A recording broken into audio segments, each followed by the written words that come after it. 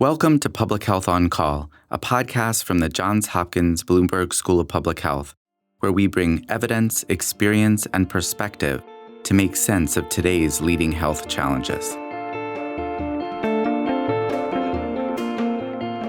If you have questions or ideas for us, please send an email to publichealthquestion@jhu.edu. That's publichealthquestion@jhu.edu for future podcast episodes. Hey listeners, it's Lindsay Smith-Rogers, and today, the safety of acetaminophen, otherwise known as Tylenol, in pregnancy. Now, this is a podcast in two parts. First, Dr. Josh Sharfstein speaks with Professor Brian Lee, an epidemiologist at Drexel University and a PhD graduate of the Johns Hopkins Bloomberg School of Public Health. Now, Professor Lee conducted one of the largest studies to assess whether acetaminophen use might be associated with autism and other neurodevelopmental outcomes. Second, Dr. Sharfstein dials up Professor Elizabeth Stuart, the chair of the Department of Biostatistics at the Johns Hopkins Bloomberg School of Public Health. Dr. Stuart is an expert in assessing cause and effect relationships. They discuss Dr. Lee's study and how best to sort through multiple studies with conflicting results. Now, we know this podcast runs a little longer than our usual episodes, but this is so we can get into more details with our two guests on this very important topic.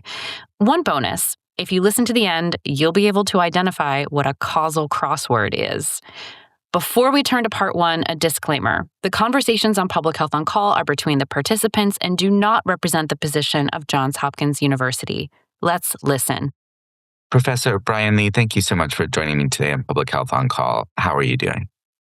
Good, Josh. Thank you for having me. It might help if you could introduce yourself and how I came to be calling you on this topic to our audience. Sure.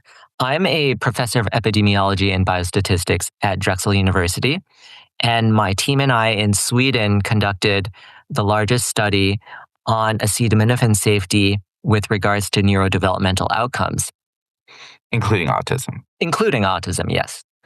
So it's not that easy to study medication use in pregnancy. It's quite challenging. If you were to start a study from scratch, you'd have to administer acetaminophen to a certain group, withhold it from another group, follow the kids for a decade or more to give them enough time to get the diagnoses. It's a challenge that would be difficult to do. And at the root is a question of causality. Am I correct? Whether or not taking the medicine is causing a particular outcome of interest, in this case, autism. And causality is often assessed in medication trials through a randomized design. Like you said, some people get the medicine, some people don't get the medicine. You see the differences over time. That's never been done for acetaminophen in pregnancy. Is that right?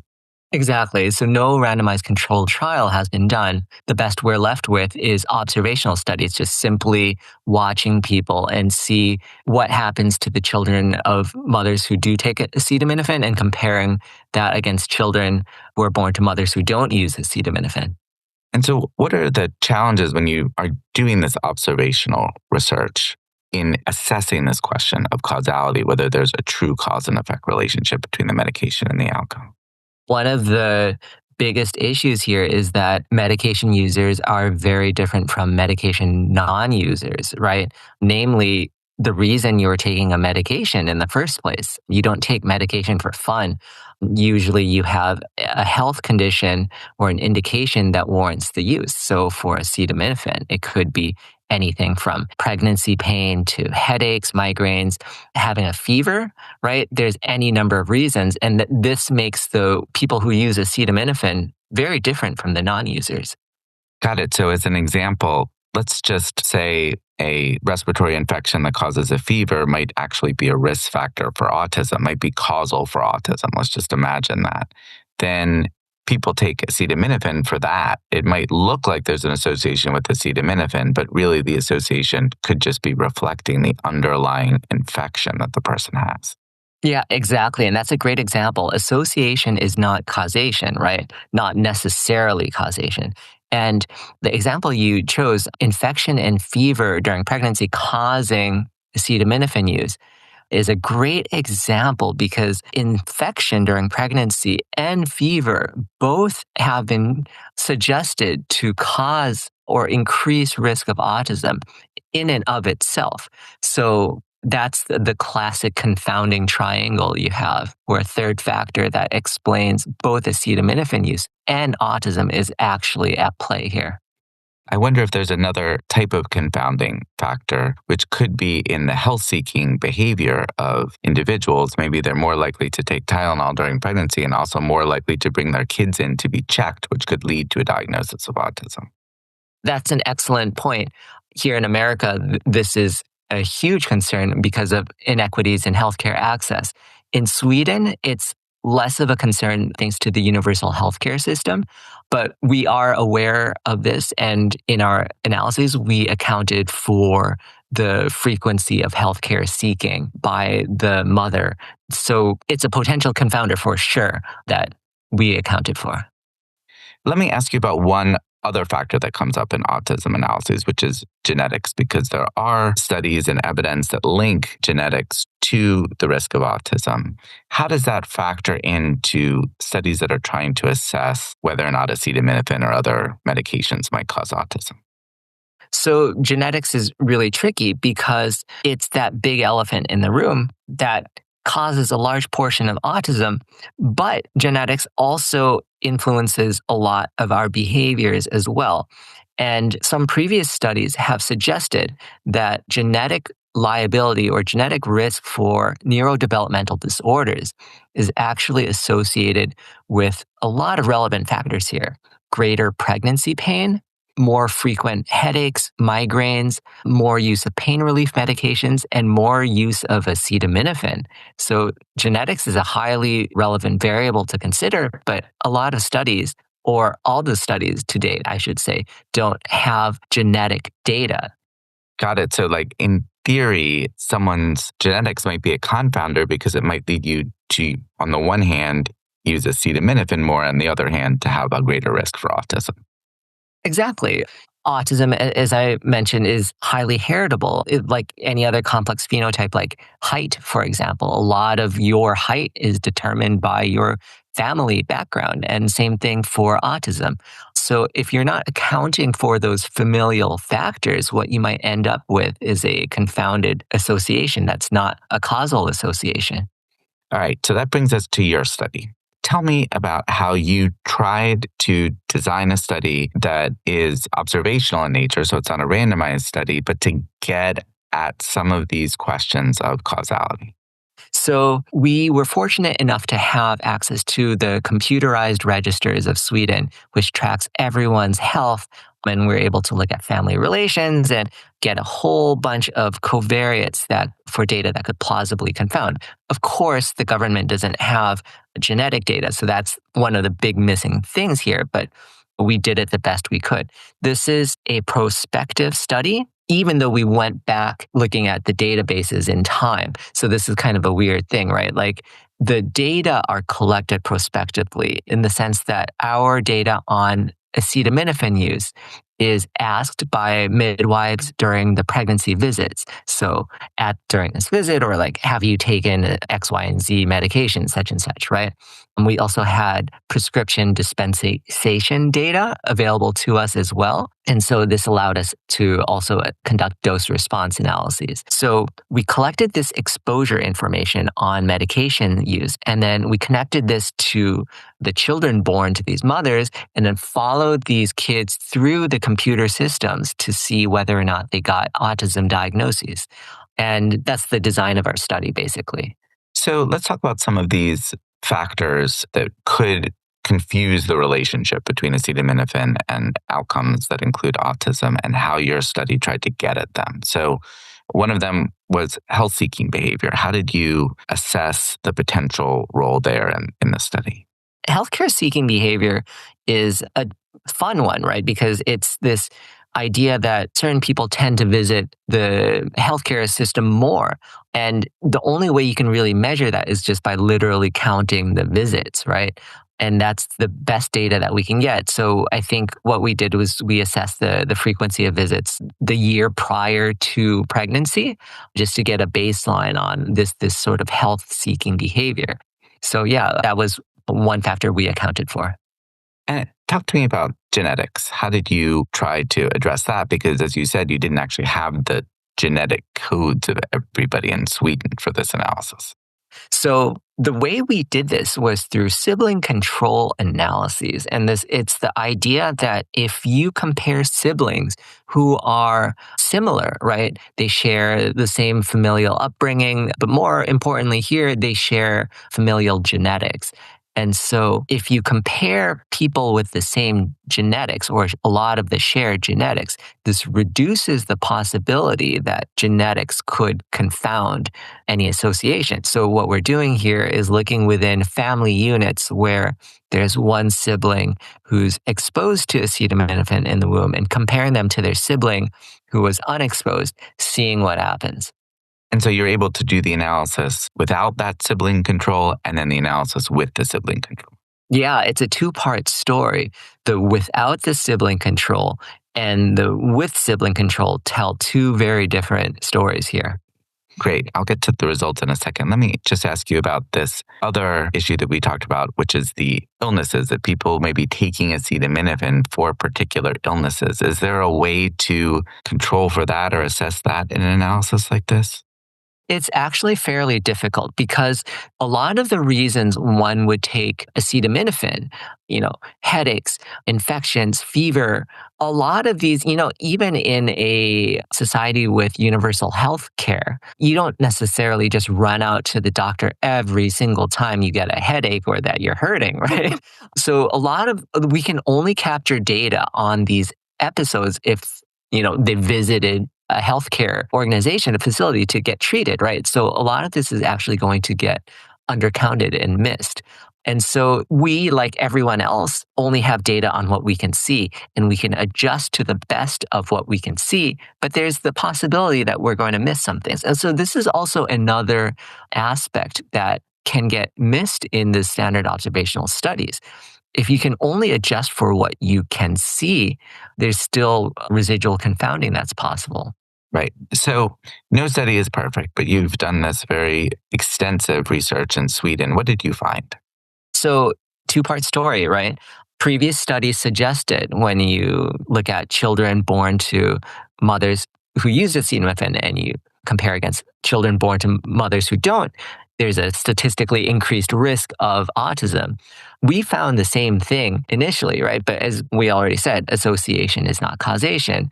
When we accounted for familial factors like genetics or, like predisposition towards infections or fevers or what have you, and we did this in the sibling control analyses, all of those associations, that small statistical increase in risk, completely disappeared. There was no evidence to say that there was any effect whatsoever.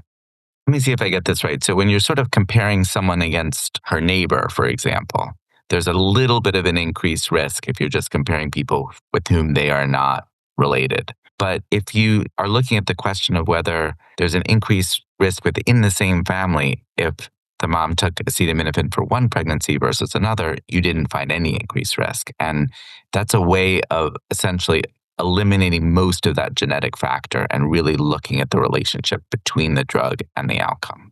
You got it, exactly. So the example I will use is ice cream eating and risk of drowning. And so if you just look at data, just pure data, and just say, there's a statistical association between eating ice cream and drowning, but of course it's not a causal one.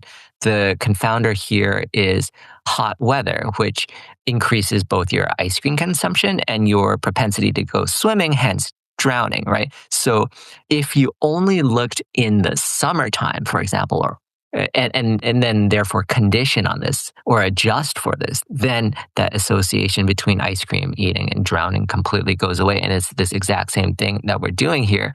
If you look only within people with the same genetics, then you can isolate the effect of acetaminophen use versus no use, and that completely went away. So one of the arguments made by people who are saying that there is a connection between acetaminophen and autism is that there are many, many studies that have demonstrated some degree of increased risk. How do you match up your study and the way you've approached it with all the studies that may have found an increased risk? So, replication, doing the same thing over in different samples and whatnot is generally a good thing in science, right? But common sense will say if you do the same flawed approach it doesn't matter how many times you do it or where you do it, right? The same flawed approach will give you the same flawed results. And so a lot of the story actually reminds me of the early evidence linking drinking coffee to increased risk of cancer, because a lot of these studies showed, drinking coffee increases risk of like X, Y, and Z cancers. But a lot of these studies didn't account for the fact that smokers tend to drink a lot of coffee. The more heavily you smoke, the more coffee you drink, right? And then all these different studies that didn't adjust for smoking found these associations, and the later studies that did, these associations went away. And I think the science here for acetaminophen and autism is headed in that direction. The early studies that don't account for confounding by familial factors tend to show an association. The later studies that do account for familial factors, such as our Swedish study, but we're not the only ones, other folks have done this too. Our studies tend to show that there is no statistical association in the sibling analyses. And so that was going to be the question I asked you. Has your finding been replicated? It's very funny because obviously we have no control of the literature, but just 3 weeks ago now, and about, I think, a week prior to this recent announcement by the administration, a Japanese nationwide cohort study of roughly 200,000 pregnancies replicated our study to the T. Standard analyses there suggested the same slight statistical increased risk of autism. When they did the sibling control analysis, it disappeared. So I was thinking about the methods here, and I wonder if this is a fair question. Do you think that a parent might have a similar consumption of acetaminophen during multiple pregnancies, but maybe just not report it as the same? Like, in other words, what are the limitations of the sibling control analysis? It's hard to speculate on very specific examples like that, right? Because you could imagine any number of possibilities like, the mom correctly reported for one pregnancy, but then forgot about another pregnancy, right? Like all these things could happen. And this is part of why I think population data often relies on larger samples, because to get at this sort of variability in stuff, like you might get spikes or signals with just random fluctuations of data, but on aggregate over large data, these things should tend to smooth out, right? These are certainly concerns, like the idea of misclassification, basically measurement error. And you didn't quite mention this, but one of the limitations that we acknowledge right off the bat is that our Swedish sample has lower acetaminophen use than is reported in some studies. So our use on average was less than 10%, and various studies around the world have suggested anywhere from 50 to 70% of pregnant persons use acetaminophen, but that range has also gone down as low as like 6%, and some others like 14%, I think, in the Nurses' Health study, and so on and so forth. So basically, there's the potential for measurement error. We did some sensitivity analyses to try and see what would happen to our results, but they stayed robust. Got it. Well, I didn't necessarily have on my 2025 bingo card that we would all be learning pharmacoepidemiology through acetaminophen in pregnancy, but here we are. So let me ask you where this leaves us from an epidemiological point of view. Where do you think the evidence is today on whether acetaminophen use in pregnancy causes autism? That's an excellent question. Usually for epidemiology, we never get a 100% definitive case closed on any topic. Usually what I think about is that there's an evidence needle pointing in a certain direction that is shifting towards, this causes or this doesn't, right? And so I think where this current state of evidence lies is that the needle is pointing strongly towards there's no causal effect of acetaminophen use during pregnancy on autism, but that better evidence, other evidence could potentially swing that needle back another direction. So with pregnancy, a lot of what we know or don't know is based on a precautionary principle. And so the standard messaging, lowest dose possible, shortest time possible, it's sort of a common sense thing, but it holds here even if you don't have any reason to believe that a medication is harmful. you probably shouldn't be taking it for fun or taking it at levels that exceed the levels recommended by a physician. So I appreciate that summary. Dr. Brian Lee, thank you so much for joining me today in Public Health On Call. thank you for having me. That was Professor Brian Lee of Drexel University in conversation with Dr. Josh Sharfstein. Now, in part 2 of this podcast, Dr. Sharfstein reaches out to Professor Elizabeth Stuart, the chair of the Department of Biostatistics here at the Bloomberg School. Let's keep listening. Professor Elizabeth Stuart, thank you so much for making time for me today. Oh, it's really great to be here. Thanks for having me.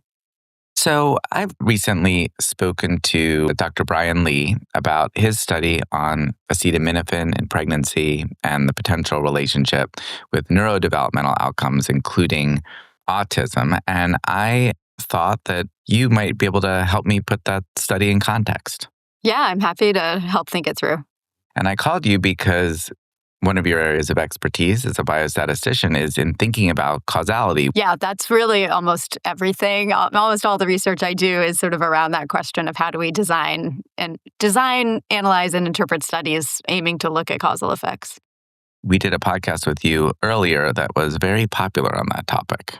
Oh, I love to hear people interested in that area. So one of the things that Dr. Lee mentioned is that this kind of research, looking at an exposure during pregnancy with an outcome, is difficult to do. What are some of the concepts that we should have in mind? That's a great question, and it's something some of us spend, our entire career kind of thinking through. Honestly, the first thing I do is to try to understand or maybe help articulate what the actual question of interest is. Especially in situations like this of studying something like acetaminophen, what do we mean by that exposure? Are we thinking a short-term use while someone has a fever for a couple of days? Is it long-term use? In a pregnancy context, is it first trimester, second, third, the whole time? Sort of questions like that, and just trying to be very explicit about what that study is trying to do. Then we get to things like, okay, well, how do they actually measure that exposure? How do they measure the outcome? Who is in the sample? Is it sort of a small, maybe kind of one city or one particular group, or is it sort of a broad population? And the key, especially in cases like this, is exposures like acetaminophen are often what's called confounded with many other things going on in people's lives. So the people who are taking acetaminophen might also be having different health conditions or taking other medications at higher rates than people not. And this is actually seen in many of the studies, including the one that Dr. Lee talked about. So then the question is, how well does the study really adjust for those differences? How well can it sort of disentangle these confounders and sort of look at the exposure that we're interested in, kind of in some sense taking away all of those other things going on, again, so that we can try to separate the effect we care about from all these other relationships. And that can be really hard. And again, that's what epidemiologists, biostatisticians think a lot about of how do we design studies to do that. Can I ask you about this study in particular? I know you're familiar with this study and his approach. What do you think are the strengths of this study? Yeah, I will say full disclosure is I did teach Dr. Lee years and years ago. We've written a couple methodological papers together actually on methods for these sorts of studies and how to do them well. So not surprisingly, I see a lot of strengths in this study, and I think that's also borne out in general with sort of what people think about it. I think the Swedish data is really, especially from a U.S. perspective, is kind of amazing to have this extensive data on very large sample size, essentially everyone in the country. Also, this ability to look within families and be able to have data on siblings and then be able to do the comparison sort of within a family. Quite a lot of, again, what we would call confounder information. So information about the women, the kids, the health histories, other sort of health conditions that they might have. So in that sense, it has a lot of strength. They can adjust for a lot of characteristics that we might be worried about as being potential confounders. They have this family structure, the large size. So in that sense, it has a lot of strengths. And what about weaknesses? I'll point out that Dr. Lee didn't say it was enough to rely just on one study. Yeah, I completely agree that we really can't rely on one study for any questions like this. Again, as we talked about earlier, these questions are complex. We have different populations, different exposures, et cetera. And so it's really about building a body of evidence and being transparent about the strengths and weaknesses of any individual study. I'll get back to the study in a second, but just to have a little analogy for a second, there's an analogy in my world called the causal crossword. So it's this idea that we can't really probably ever get, well, in very rare cases, do we get sort of one study giving the answer. Instead, we can think of it like a crossword where we kind of get different clues and we're filling it in and we're looking at sort of where things connect and where they don't connect. So in the case of this study, again, I think it has many strengths.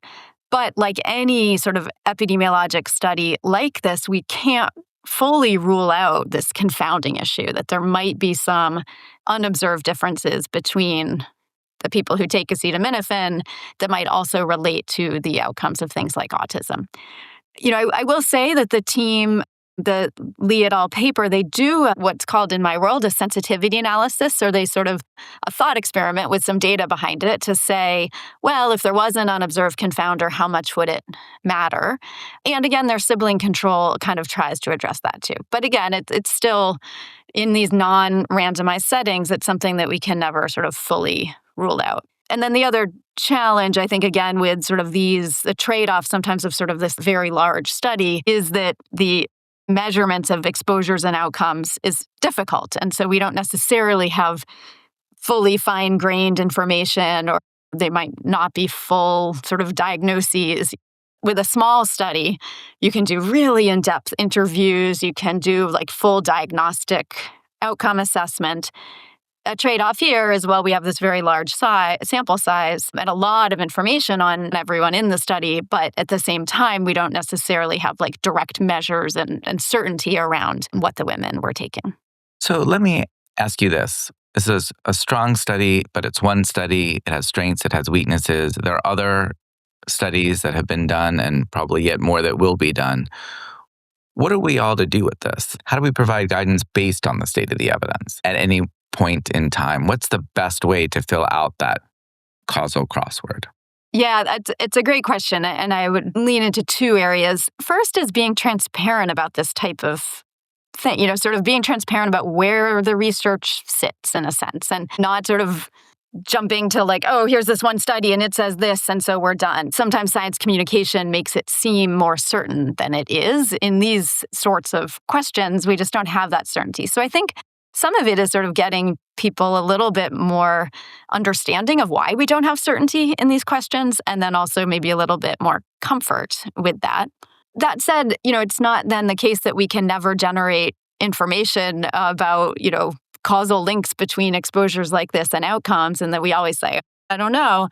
And that's where I really appreciate sort of well thought out and interdisciplinary groups that kind of assess the evidence as a whole. So there's various organizations, whether, in the US and internationally, that sort of take a very careful, systematic review approach, and they bring together experts in study design, epidemiology, pharmacoepidemiology, in this case, children's development and, pregnancy, and, bringing together kind of all those different pieces to sort of make sense of the overall literature and come to conclusions. And sometimes that also includes bringing together, again, sort of folks who might have expertise in the biological mechanisms. So, me as a statistician, I know my area. I learned so much when I talk to people who then have their other areas of expertise. And I think it's bringing together all of that and looking kind of holistically at the different sources of evidence that can really then be most compelling. So that could potentially be a next step, could be a government agency, could be a nonprofit or academic or a professional organization could convene that kind of process to pull different people in with different types of expertise in an unbiased way, look at the data, and give a integrated assessment of where things stand. Exactly. Sometimes those groups also then might say, well, the evidence is still mixed, and give some ideas for future studies that should be done, and sort of acknowledging that maybe we need more evidence, and sort of, again, not being overly confident if that isn't really where the science base is, but again, perhaps giving ideas for additional studies or data collection. It's the kind of review that could be conducted by the national academies or perhaps by an independent advisory committee to the U.S. Food and Drug Administration. Until then, though, patients and doctors will have to make decisions for themselves in the setting of considerable uncertainty and a lot of headlines. Narrowing this uncertainty is a worthy goal, and there's a roadmap for getting there. Professor Elizabeth Stuart, thank you so much for joining me today. Very happy to be here. I love talking causal inference, so happy to be here anytime. Public Health on Call is a podcast from the Johns Hopkins Bloomberg School of Public Health, produced by Joshua Sharfstein, Lindsay Smith-Rogers, and Stephanie Desmond.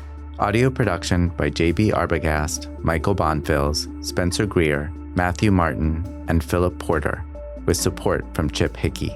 Distribution by Nick Moran. Production coordination by Catherine Ricardo. Analytics by Elisa Rosen. If you have questions or ideas for us, please send an email to publichealthquestion@jhu.edu. That's publichealthquestion@jhu.edu for future podcast episodes. Thank you for listening.